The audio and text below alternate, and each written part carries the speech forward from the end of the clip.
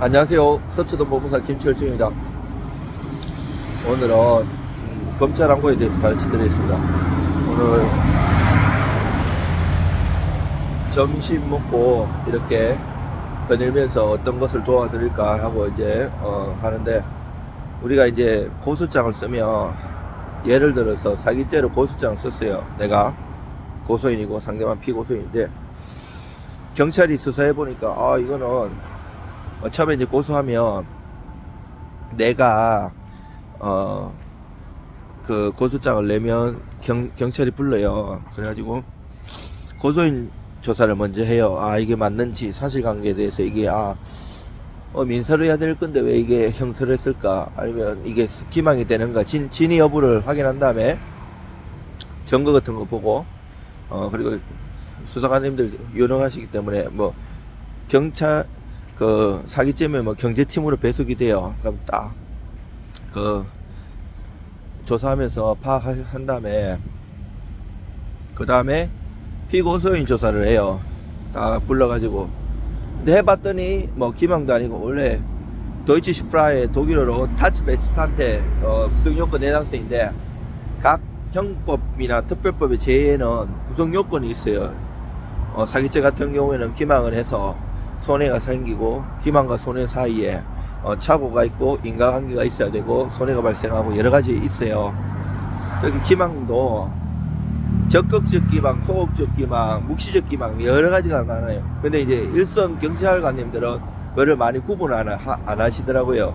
근데 검사님들은 그 정치하게 다 구분하세요. 그래가지고 제가 뒤집은 적도 있어요. 그렇게 만약에 돈을 계속 이렇게 빌려주고 받고 이런 관계에서 계속적인 거에서 이게 차용증을 그때마다 썼다는 거는, 뭐 이렇게 피고소인은 고소당하면 이거는 뭐 투자다, 아니면 뭐 다른 방어를 해요. 그러면 아니다, 이게 줄 때 그 묵시적으로 기망을 한 거고 다 이런 거를 잘 써주면 돼요. 의견서 내가지고 진술 쓰든. 그러면 근데 만약에 그렇게 했는데도, 제가 고소한 거는 그런 게 잘 없지만, 이제 만약에 고소장 본인이 쓰던 전문가가 좀 부족하면 무혐의 나올 수 있어요. 그럼 무혐의 나오면 불기소 처벌에 대한 이의신청이라고 있어요. 이거는 입법의 불비인데 기간 제한이 없어요. 그렇지만 한 달 내에 하는 게 좋아요. 이게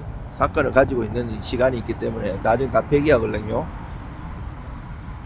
자, 이러면 경찰 불송치 결정에 대한 이의 신청했어요. 그러면 일단은 기록들이 이제 원래 내 고소했던데 그거 가갖고 경찰 불송치 결정 이해하면 도장 찍어가지고 뭐 앞장 표지 만들고 내용 쓰면 그 서류를 보통 경찰 같으면 뭐 서쪽 경찰서 같으면 뭐 2층에 뭐 1팀부터 막 10팀 진흥팀이 딱 있어요. 그 다음에 경제팀, 거기서 맨 꼭대기층 불송치 결정 올려주는 쪽으로 보내요. 그러면 거기서 내면 그분들이 검찰로 보내줘요. 검찰에서 이제 죄송합니다. 방금 전 쇼트 찍을 때는 마스크를 쓰는데 제가 좀 기침이 안 좋아, 목이 안 좋아가지고요, 말을 많이 하니까요. 그래가지고 그러면 어디 이제 검사에 배속됐다고 호실도 얘기해주고, 검사님이, 주인 검사님 이름 가르쳐줘요. 근데 검사님들이 딱 보고 수사 제기 명령을 딱 내리는 게 보통 그럴 수도 있고, 반은 뭐 이거 바로 기각시킬 수도 있어요. 만약에 뭐 예를 들면 공소시효 완료됐다 이러면 각하시킬 수도 있고, 여러가지 사유가 있어요. 그러면 거기서 포기하지 마시고, 만약에 뭐 공소시효가 완료했다 그러면 중단 사유도 여러 가지가 있어요. 그런 거 법리를 파헤치고 사실관계 전문 법무사한테 의뢰를 해가지고 같이 연구를 하는 게 좋아요. 그러면 그 다음에 할 수 있는 게 이제 검찰 항고예요. 검찰 항고. 자, 검찰 항고 같은 경우 내가 뭐 각하든 기각든 그 통지가 와요, 형사. 그러면 초일 불사님 내일이라서 오늘 말고 내일부터 기산해서 30일 내에 항고장을 반드시 원 검찰청에다 내야 돼요. 만약 서울중앙지검에서 그렇게 했다면 서울중앙지검은 해야지 고등검찰청에 내면 안 돼요. 올라가는 거는 올라가는데 민사든 형사든 소송 기록이 원 검찰청이든 원 법원에 있기 때문에 공탁도 마찬가지고 등기도 마찬가지고 그 가지고 있는 데다가 보내야지. 그 실질 민사 만약 항소나 형사도 항소나 상고 1심에서 2심 갈 때도 2심 법원에다 내는 거지만 그 항소장 자체는 1심에다 내야 돼요. 그래야지 소송 기록 같은 거를 같이 보내주는 거예요. 그러면 검찰 항고도 마찬가지로 그 30일 이내에 내면 어디 뭐 그 항고 고항 2023 고항 뭐 사건 번호하고 어떤 몇 호 1, 2, 3, 50 검사실 주인 검사 누구 이렇게 해가지고 더 낼 서류가 있으면 내라고 해요. 자, 그 문자를 받으면 그게 이제 그때부터 또 기사 내서 20일 내에 검찰 항고장을 내는 게 좋아요. 이제 검찰 항고장 아니면 더 기간을 요거는 또 20일은 불변 기간 아니에요. 검사실에 전화하면 언제까지 내세요 뭐 이렇게 하고 기간 더 주는 경우도 있고 보통 또 빨리 내는 게 좋아요. 준비를 빨리 해갖고 그러면 검사님이 기각이나 각하했는 그 결정문을 통지도 받았지만 자세한 거 가면 또 뗄 수가 있어요. 가갖고 조목조목 검사님은 요런 부분을 부족하다고 생각하기 때문에 뭐 증거 불충분을 했거나 아니면 사실 오인을 했다 아니면 법리 오인을 했다 수사가 미진하다 이러면 수사를 더 해달라고 재개명령 해달라고 검사님이 경찰관님한테 그렇게 간절하게 쓰는 거예요. 2022년 재작년부터 검경수사권 조정이 돼가지고 일정한 범죄 아니면 다 이제는 검찰청에서 고소장 안 받아주고 경찰에서 받아줘요. 지금은 5억 이상 되는 사기죄, 뭐 횡령죄 이런 경제범죄 이런 것들 검찰청에서 고소장 받아주고 또 이제 수사도 옛날에는 경찰관님이 부담이 덜했어요. 일정한 수사를 한 다음에 검찰청에 보내면 검사님이 또 수사를 하셨거든요. 그래서 부담이 없는데 지금은 경찰관님이 수사의 종결권을 갖기 때문에 이것처럼 이제 불송치 결정도 내릴 수 있는 거, 무혐의 결정 끝낼 수가 있는 거예요. 그러면 이 일을 하면 경찰 불송치에 대한 이의 신청한다 그랬잖아요. 이의 신청을 하면 저기 넘어가요. 저 검찰로. 근데 검찰에서도 또 기각되면 검찰 항고를 할 수 있는데 검찰 항고를 하면 이렇게 항고장은 30일 내에 내야 되고 검찰 항고 이웃은 20일 내야 돼요. 자, 이때 정말 정치하게 잘 작성해야 되고 뭐 돈을 아주 많이 받는 것도 아니니까 정말 제대로 전문가한테 의뢰하는 게 나아요. 그거를 돈 아낀다고 안 하면 나중에 큰 한우로 남을 수 있거든요. 그리고 또 검찰 항고도 안 받아주면 이제는 이제 판사님 아래는 재정신청이라는 제도가 있어요. 재정신청은 기간이 더 짧아요. 빨리 해야 되고요.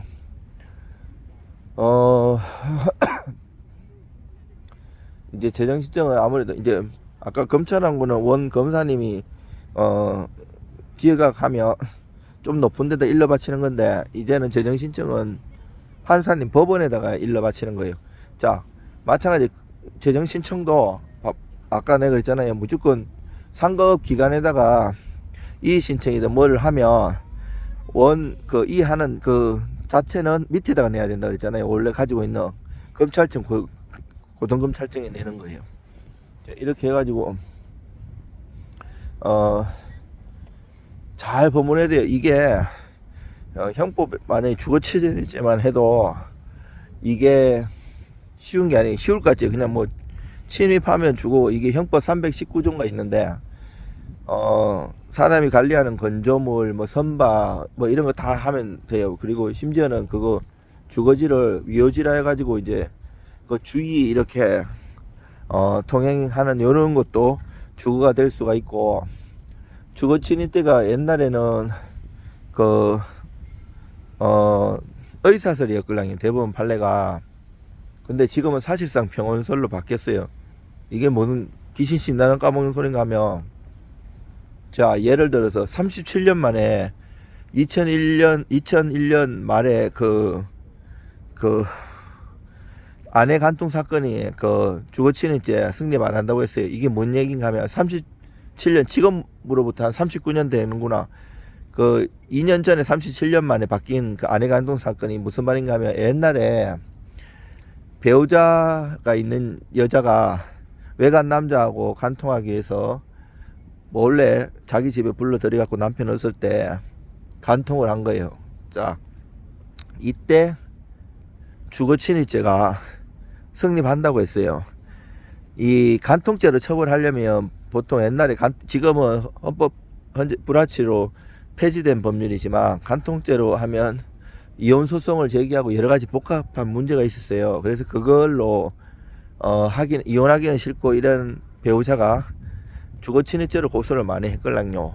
그래가지고 주거침입죄로 처벌받았었는데, 37년 만에, 그때는 이제 의사설이죠. 뭔가 하면 남편의 의사는 내 마누라가 집에 외간 남자 불러가지고 간통하는 거 허락하지 않았다 해가지고 성립했는데, 지금은 사회적 평온설로 바뀌었어요. 뭔 말인가 하면, 저희가 아무 뭐 대본이나 뭐 안 보고 하는 거예요. 지금 서울교대고요.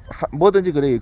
앉아서는 일해야 되기 때문에 시간이 없어가지고 걸어다니면서 하고, 앉아서 하든 뭐 걸어서 하든 뭐 대본은 없어요. 뭐 조문이든 판례든 사실 머릿속에 다 있고, 항상 내가 일하는 거라 가지고 틀린 경우가 있어요. 지금 3, 4천 개 넘어 올리는데 오류도 없고, 뭐 이렇게 대본을 준비하는 게 아니에요. 뭐 보고 할 정도로 하면 그 사람한테 일 맡기면 안 돼요. 네. 체화가 돼야 돼. 일을 많이 해가지고. 근데 이게 사회적 평온설이라는 거는, 이제는 그 사회적 평온한 게, 남편이 사회적 평온한 게 안 깨졌다는 거예요. 참 웃기지 않습니까? 아니 어떻게 그 남편이 그러면 그걸 허락했겠어요. 근데 대부분 판례는 그렇게 바뀌었어요. 다수의견 아니고 소수의견, 별개의견 이런 게 다 첨예하게 대립하는데, 물론 대법관 판사님들 얼마나 똑똑하십니까? 다 이유가 있어가지고 한 거지만 도저히 납득이 안 가죠. 그래서 제가 형법 박사 논문을 계속 2년 동안 준비했던 게 주거침입죄의 성부에 관한 연구예요. 이게 독일에서도 그렇고 일본, 특히 미국에서도 버글리라고 있는데 강도 목적 주거침입죄예요.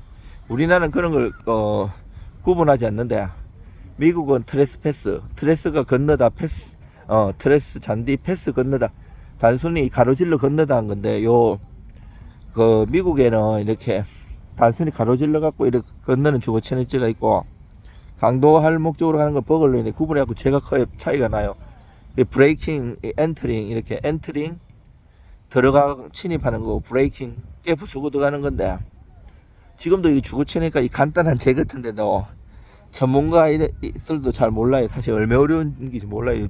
공부해보면 사람들은 단순하고 이렇게 자기가 그 정도 수준밖에 안 되기 때문에 이거 쉬울 거라 생각하는데, 공부하면 할수록 무진장의 학문의 세계는 정말 감탄해. 저는 공부를 어릴 때부터 너무 좋아하는데, 산골짜기 살아 너무 가난해가지고 원하는 만 공부를 못 할 수가 없어요. 그래도 공부는 잘했어요. 서울대 볼 때 갈 수 있는 점수였는데 장학생으로 건대를 갔는데, 그래도 원하시 공부를 못했기 때문에 석박사를 나중에 했어요. 나이 먹고.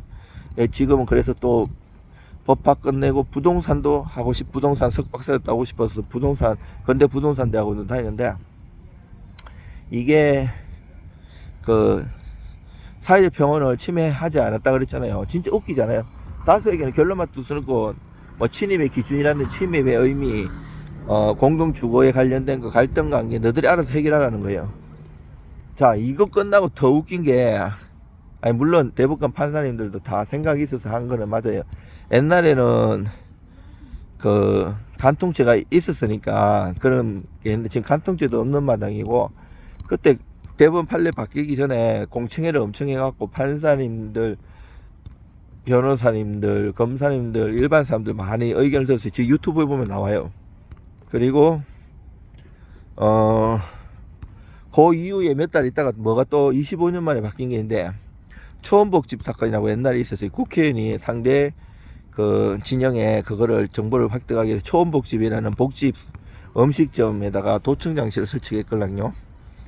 근데 그것도 옛날에 주거침입죄 성립했어요. 사실 근데 요번에 25년 만에 바뀐 게 주거침입죄 성립 안 한다는 거예요. 물론 잘 뜯어보면 옛날에는 도청법 이런 게 없어가지고 처벌할 게 없으니까 했고, 요즘 지금은 도청법으로 더 세게 처벌받으니까 그렇지만 주거침입죄가 안 된다고 했기 때문에 이것도 문제가 많아요. 얘기하자면 제가 몇 달을 걸치 갖고도 할 수 있는데 구독자님께서 좀 지루하게 생각하실 것 같고, 자, 그래서 검찰 항고동 고소장에도 형사사건, 뭐 물론 민사도 마찬가지 정치하게 잘 분석해서 들어가야 돼요. 사실관계 하나하나, 증거 하나하나에 영혼을 갈아 넣어야 돼요. 대충 그냥 뭐 이렇게 하니까 억울합니다, 처벌해 주세요, 막 심파적으로 써도 보지도 않습니다, 그런 거. 그리고 고소장도 내가 사실관계는 증거가 얼마에 있는 거에 따라서 쓰는 분량이나 이런 것도 작전을 잘 짜야 돼요. 일반적으로는 다 넣지만 고소장도 상대방이 열람할 수 있거든요. 그래서 열람 신청할 수 없기 때문에 간단히만 쓰고 나중에 보충 의견 내는 방법, 큰 건들은 여러 가지 방법이 있어요. 보충 의견 내는 거는 열람 안 하고 보충 의견 냈는지도 모르거든요. 하여튼 형사고 민사고 고도의 전략이고 이기 때문에 억울하신 분들 의뢰 주시면 제가 최선을 다해서 도와드리겠습니다. 이상 서초동 법무사 김철주입니다. 좋아요하고 구독 좀 많이 부탁드려요.